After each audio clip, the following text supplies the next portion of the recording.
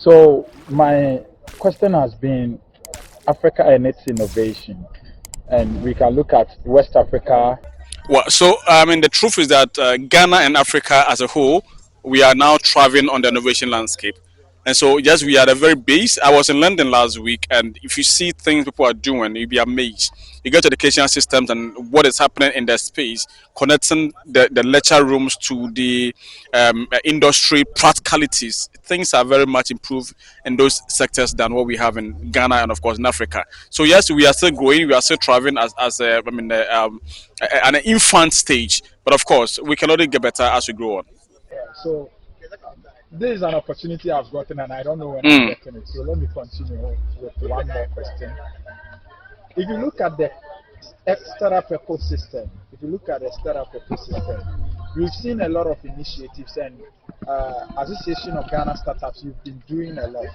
What is one ingredient that, in your opinion or in your projection, you think if it should be implemented, startups will have a holiday, a freedom to operate on their own without going through all these hustle and bustles within the country operate, because when you're operating a startup in the Ghanaian ecosystem, it feels like you are being pushed back from the system because of the systems that is fighting you in terms of documentation and other stuff.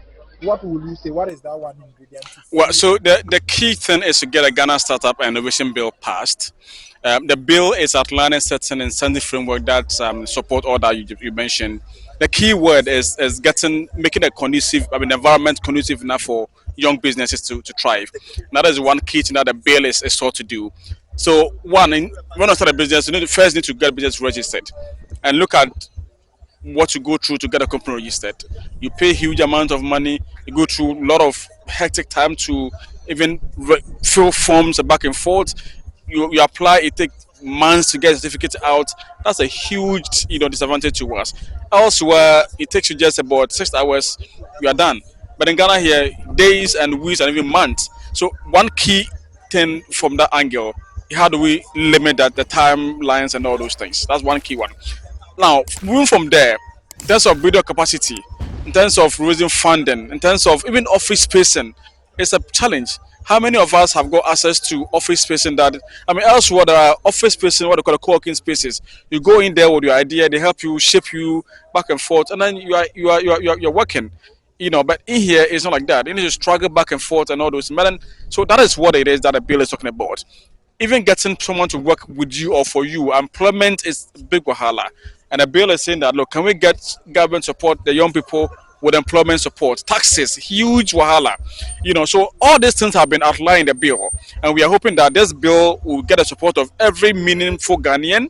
We'll get a Ghana Startup bill passed, and then that will support the space, and then everyone that will be, want to do startup businesses will be happy.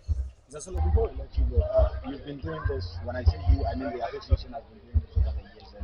And on the side of Baobab, it's a great move you have taken. Mm. But do you think, first, the association is aiming or aiming at the goal it's set for itself? And then again, how do you think, or how would you say our members are responding to whatever the association is putting down?